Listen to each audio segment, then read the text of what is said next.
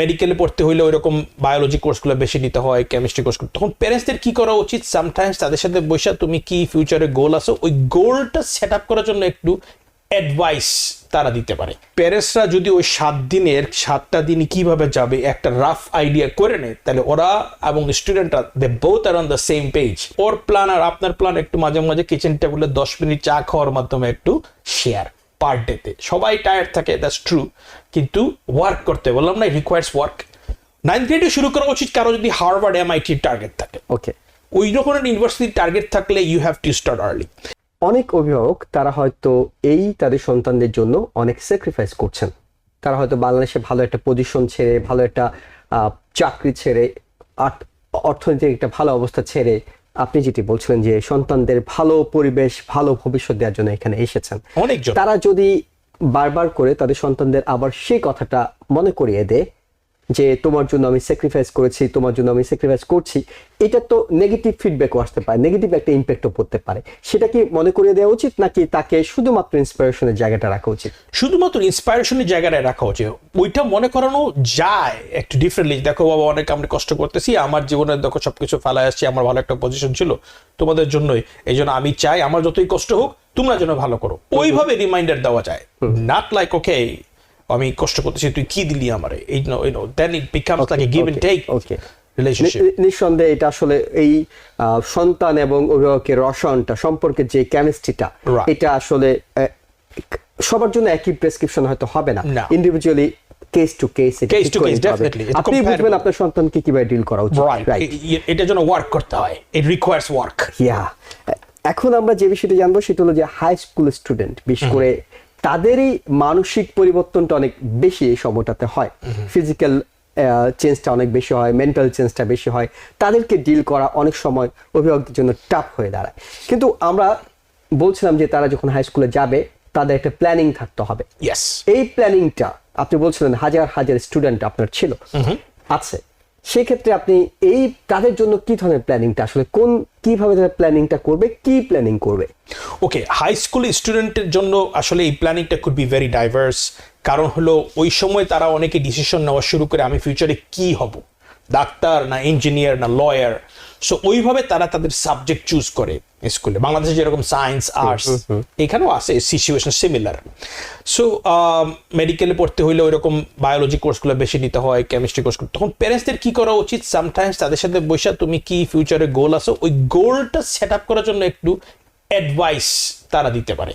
ওকে, এই একটা number 1। Number 2 হলো যেই সাবজেক্টগুলো তারা অলরেডি পেয়ে গেছে স্কুল থেকে তাদের প্রোগ্রাম কার্ডে, ওইটার জন্য তারা কিভাবে প্রতিদিনের হোমওয়ার্কটা অন টাইমে শেষ করবে, তাদের প্রতিদিন এসএটির জন্য কতটুকু স্টাডি করবে, পরীক্ষা যদি সামনে থাকে কিভাবে স্টাডি করবে, উইকেন্ডে তারা এক্সট্রা কারিকুলার অ্যাক্টিভিটিস যদি করতে হয় ওইটা কিভাবে করবে। এই 4টা জিনিস বইসা প্যারেন্টস এবং স্টুডেন্ট তারা যদি একটু ওয়ার্কআউট করে, এইভাবেই তারা একটা প্ল্যান বানাইতে পারে। এভরি স্টুডেন্টের প্ল্যান হয়তো ডিফারেন্ট, কারো কারো আছে ক্লাসের পরে ল্যাব আছে, কারো কারো ক্লাসের পরে ক্লাবস আছে।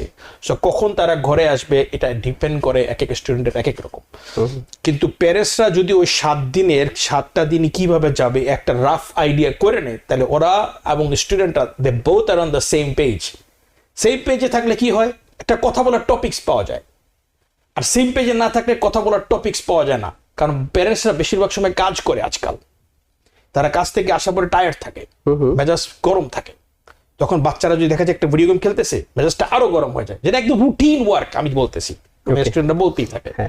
তখন প্যারেন্টসরা বলে এই তুই কি করতেছিস, হোমওয়ার্ক করতেছিস না কেন করতেছিস। তখন জিনিসটা হয় কি, ওই বাচ্চা দরজাটা লাগায় রাখে যাতে অভিভাবক দেখতে না পায়, এক্স্যাক্টলি, অথবা মিনিমাইজ করে ফেলে কম্পিউটার স্ক্রিন। তখনই ডিট্যাচমেন্টটা শুরু হয়।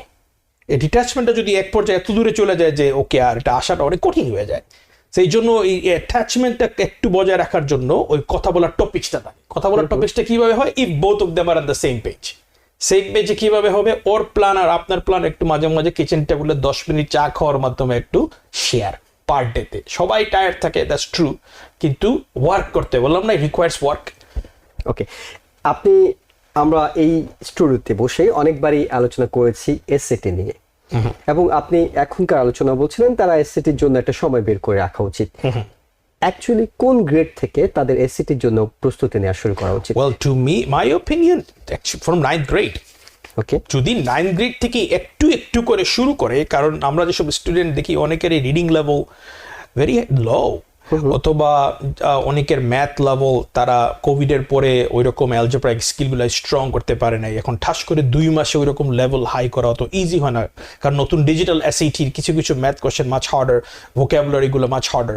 সো প্রথম থেকেই অ্যাটলিস্ট হাফ অ্যান আওয়ার একটু একটু করে রুটিনে উচিত করা 9th গ্রেড। যে 9th গ্রেড শুরু নাও করে একবারে 9th গ্রেডে শুরু করা উচিত কারো যদি হার্ভার্ড এমআইটির টার্গেট থাকে। ওকে, ওই রকমের ইউনিভার্সিটির টার্গেট থাকলে you have to start early. আর যদি একটু লো লেভেল থাকে, it's fine, 10th grade 11th গ্রেডে you can start, but 11th গ্রেডে এখন যেই গ্রেডেই থাকুক না কেন পার ডেতে 40 minutes you have to practice. 4টা মাজুল আছে, এক একটা module 35 minutes on rough. So যদি সানডে একটা মাজুল, মানডে একটা, টিউসডে একটা, ওয়েডনেসডে একটা, 4 দিনে 4টাও করে, এটাও হেলদি প্র্যাকটিস। কিন্তু একদম ডিট্যাচ থাকার পরে হঠাৎ করে পরীক্ষার আগে অনেক বেশি practice is not the best way, unless স্টুডেন্টের ব্যাকগ্রাউন্ড যদি খুবই স্ট্রং থাকে, ডিফারেন্ট স্টোরি। কিন্তু স্ট্রং ব্যাকগ্রাউন্ড স্টুডেন্ট তো সংখ্যায় কম। সো এই জন্য প্রথম থেকে এই প্র্যাকটিসগুলো করলে ব্যাকগ্রাউন্ড স্ট্রং হয়ে যায়। ওকে, আমরা কথা বলতে বলতে আমরা দেখছিলাম যে হার্ভার্ডের সামার স্কুল তারা 8টা পরামর্শ দিয়েছে শিক্ষার্থীরা কিভাবে তাদের টাইমটাকে অর্গানাইজ করবে। তার মধ্যে 6 নম্বরে তারা বলছে হ্যাভ ফান, টাইম বের করে নিয়ে মজা করার জন্য তারা বলছে। অর্থাৎ আমরা যারা এখানে আলোচনা করছিলাম, আমাদের আলোচনা যেসব শিক্ষার্থীরা শুনছে তারা হয়তো অনেকে ভাবতে পারেন সারাটাক্ষণ তো শুধু পড়ার কথাই বলা হচ্ছে। তার যে ব্যক্তিগত জীবন বলে একটা বিষয় আছে, তার যে নিজেকে একটা সময় দেওয়ার বিষয় আছে, সেটা তো ববি স্যার বলছে না। তো আমরা সেই কারণে হার্ভার্ড সামার স্কুলের পরামর্শের 6 নম্বর পয়েন্ট আমরা এটা পেয়েছি। আপনি এই বিষয়ে কি বলবেন? অবশ্যই, আমার ক্লাসে আমি এটা নিয়ে বলতেই থাকি। আমি আজকের বিগিনিংয়ে একটা জিনিস বলছি যে অর্গানাইজড, যদি তাদের সময়টা অর্গানাইজ থাকে কখন কি করবে, কারণ আমি আসলে এটা ডিটেলস বলিনি যে অর্গানাইজের মধ্যে কি কি ঢুকাবে। ওকে, এটার মধ্যে এটা একটা পার্ট, তাদের gym time, fun time, everything, এমনকি ভিডিও গেম টাইম। যদি অর্গানাইজড থাকে সবকিছু, বলছিলাম না যে লেস স্ট্রেস, মোর অর্গানাইজ মানে কত লেস স্ট্রেস মানে কি বেটার সবকিছু। সো লেস স্ট্রেস মানে কি ওই সময় তার ফান করারও টাইম আছে। অবশ্যই জীবনে ফান দরকার, এটা ইমোশনাল ফুডের মধ্যে পড়ে। শুধু পড়াশোনার জন্য আমি আমার স্টুডেন্টদের যদি কাউকে জিজ্ঞেস করি তুমি ববি স্টুডেন্ট কি, ও স্যার পড়তে বলে জন্য don't study too hard, study smart. এটা আমার মোটোই, আমার স্টুডেন্টরা জানে, মানে স্মার্টলি স্টাডি করা। এর মানে কি একটু অর্গানাইজ করে যখন পড়বা ডিভাইস সব সরায়া 2 ঘন্টা মন দিয়ে পড়াশোনা করো, ডান। যখন ভিডিও গেম খেলবা, don't worry about homework, don't worry about anything, just focus on the video game, enjoy the life. যখন জিমে যাবা, just gym, enjoy the show. যখন ফান করবা, ফ্রেন্ডের সাথে থাকবা, আড্ডা মারবা, no problem, just make sure you select the good friends. এইটাই। সারাদিন পড়াশোনা ইজ ডেফিনেটলি নট হেলদি। সেক্ষেত্রে কতক্ষণ সময় আপনি বলবেন যে ফানের জন্য তাদের কিংবা নিজস্ব সময় দেওয়া উচিত? কারণ তার স্কুল আছে, ল্যাব আছে, হোমওয়ার্ক আছে, এক্সট্রা কারিকুলার অ্যাক্টিভিটি আছে, ক্লাব আছে, নানা কিছু তো আছে। কতক্ষণ সময় আপনার উৎসবে সারাদিনই যদি আবার এইসব করতে থাকে তখন তো আবার একটা মুসিবত তৈরি হবে। এটা একটা খুব বলতে পারেন একটা স্পেসিফিক এন্ড সেন্সিটিভ কোয়েশ্চেন। কেন কি জানেন আসান ভাই, তার সারাদিনটাই হইতে পারে fun, okay, if he enjoys what he is doing. ধরেন আপনি যেই জিনিসটা পড়তেছেন, অনেকে অঙ্ক করতেছে, বলতেছে আই এম হ্যাভিং ফান, কারণ সে লাইক করতেছে। অনেকে কম্পিউটার সায়েন্সের কোডিং করতেছে, বলে আই এম হ্যাভিং ফান, কারণ কোডিংটা সে ভালোবাসে। কেমিস্ট্রি করতেছে, হ্যাভিং ফান। এখন যদি আপনি আপনার স্টাইলটা পড়াশোনার ওই রকম ভাবে করে নেন, তো অলরেডি এখানের মধ্যে কিছু ফান আছে। তারপরে আরেক ধরনের ফানটা কিরকম, কত পার্সেন্ট, বলে ডিপেন্ড করে এক এক স্কুলের স্টুডেন্টের এক এক রকম হোমওয়ার্কের লোড। যেমন স্টাইলিশের একটা স্টুডেন্টের অনেক হোমওয়ার্ক, ব্রং সায়েন্সের স্টুডেন্টের হোমওয়ার্ক অনেক। এখন তারা যদি ওইটা আবার কমপ্লিট না করে তখন তো আবার প্রবলেম। কিন্তু ওটা অর্গানাইজ হলে তাড়াতাড়ি কমপ্লিট করতে পারবে। 7 ঘন্টা যদি ঘুমায় তাহলে পড়াশোনার রেটটা ফাস্টার হয়ে যায়, ব্রেন কাজ করে ভালো। আর মিনিমাম তারপরে গ্যাপে আই উড রেকমেন্ড ধরেন 2 আওয়ার্স করার পরে একটু অথবা মিনিমাম 1 আওয়ার 290 মিনিটস। অনেকগুলো গুরুত্বপূর্ণ পরামর্শ আমরা পেয়ে গেছি। আমরা শেষ করছি এবং আপনাকে ধন্যবাদ যে আপনি আপনার গুরুত্বপূর্ণ সময় থেকে বের করে এসে শিক্ষার্থী এবং অভিভাবকদের জন্য বেশ কিছু চমৎকার পরামর্শ দিয়েছেন।